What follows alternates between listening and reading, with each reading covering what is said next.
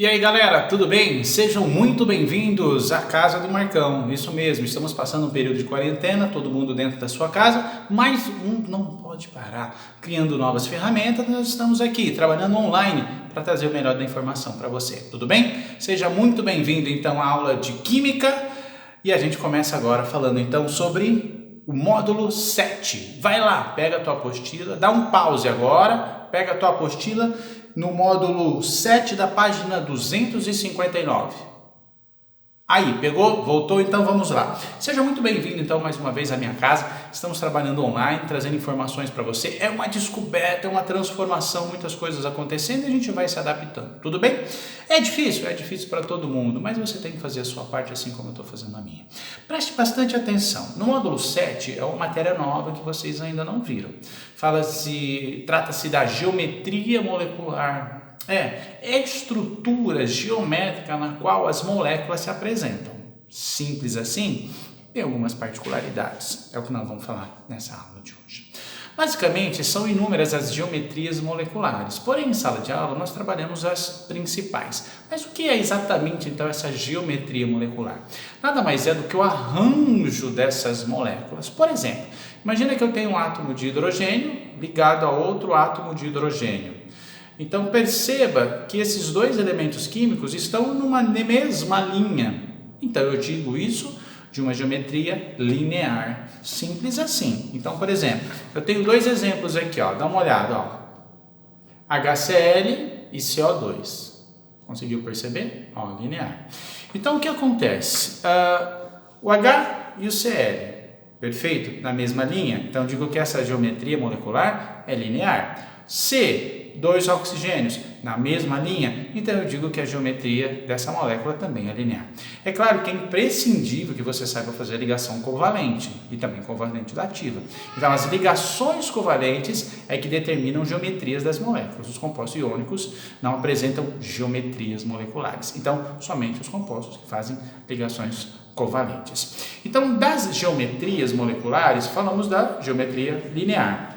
Átomos que estão dispostos numa mesma linha. Então, chamamos isso de geometria linear. Vamos analisar também uma geometria chamada trigonal. Trigonal. Também pode aparecer triangular para você também, ou trigonal, que eu gosto de chamar de trigonal. Como que ela é? Perceba, eu fiz um desenho aqui, ficou maravilhoso, né? Essa tecnologia que eu uso é incrível. Eu fiz um desenho que mostra um átomo central e três outros elementos ligantes a esse elemento.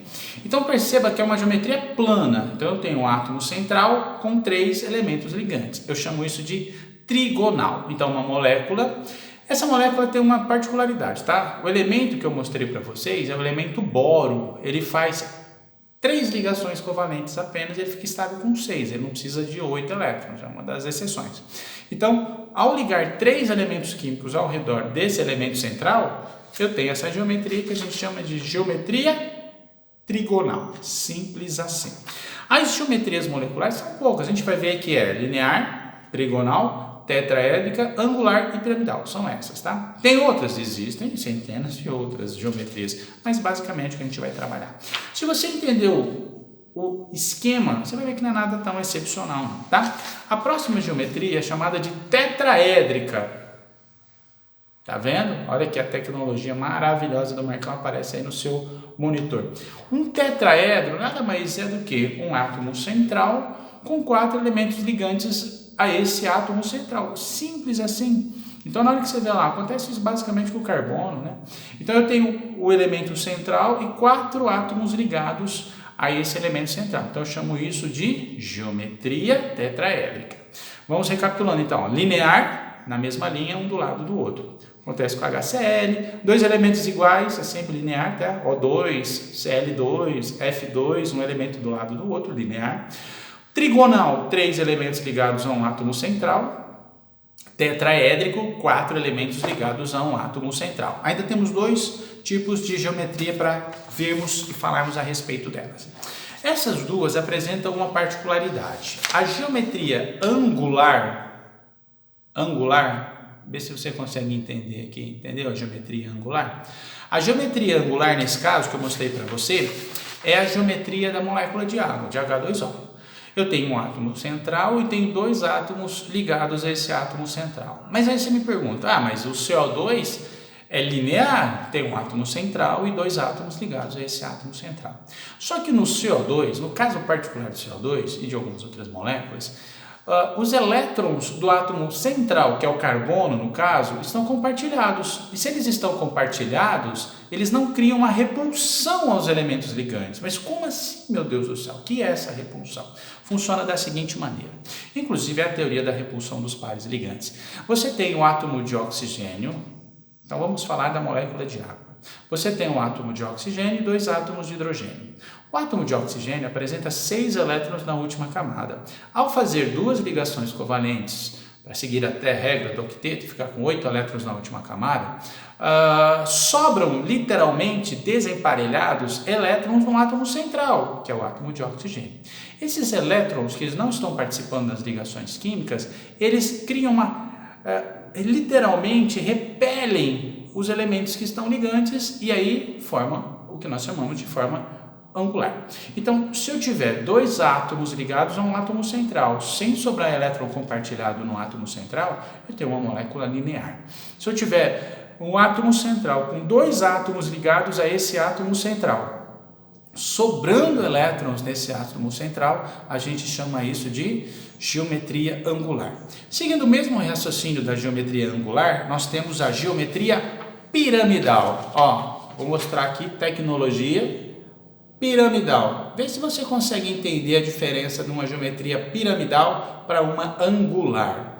Perceba que na piramidal eu tenho, na verdade, 3 átomos ligados a um átomo central e ainda sobram elétrons desemparelhados no átomo central, que é no caso do nitrogênio, fósforo, umas moléculas meio manjadinhas, tá? Então, fechando, eu tenho a molécula linear, um átomo do lado do outro, acontece sempre com 2 átomos, né? Sejam iguais ou diferentes. Eu posso ter também uma molécula linear no caso do CO2, sem sobrar elétrons no átomo central.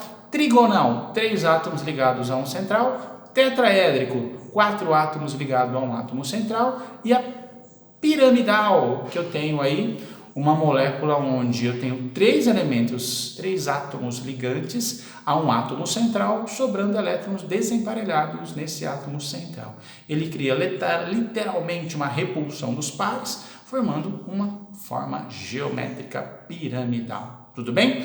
Então, eu espero que você tenha entendido. Qualquer coisa, me manda uma dúvida lá, não tem erro não, Marcão, não entendi tal coisa. E aí, faça, por favor, a página 264, tudo bem?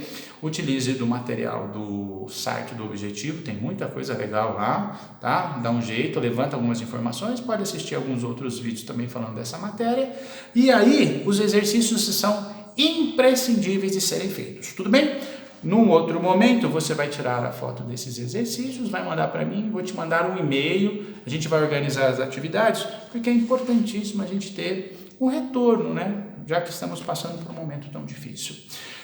É isso daí, a aula de hoje é essa, próxima semana, mais um assunto para você, um abraço, valeu, até logo.